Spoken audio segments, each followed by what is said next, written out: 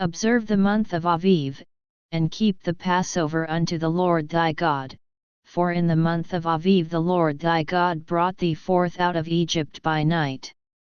Thou shalt therefore sacrifice the Passover unto the Lord thy God, of the flock and the herd, in the place which the Lord shall choose to place his name there. Thou shalt eat no leavened bread with it, 7 days shalt thou eat unleavened bread therewith, even the bread of affliction, for thou camest forth out of the land of Egypt in haste, that thou mayest remember the day when thou camest forth out of the land of Egypt all the days of thy life.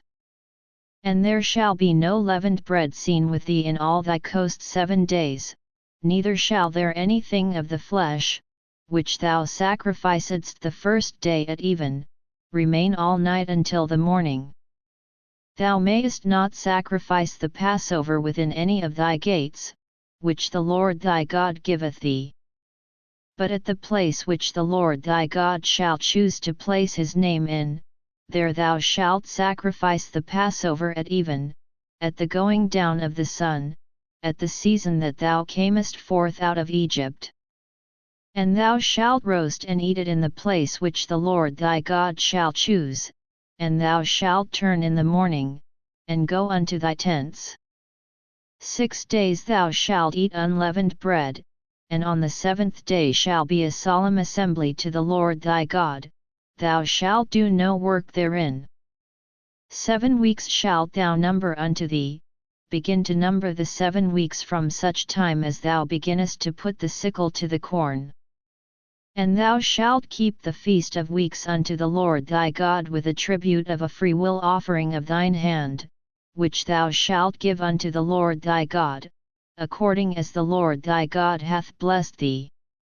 And thou shalt rejoice before the Lord thy God, thou, and thy son, and thy daughter, and thy manservant, and thy maidservant, and the Levite that is within thy gates, and the stranger, and the fatherless, and the widow, that are among you, in the place which the Lord thy God hath chosen to place his name there.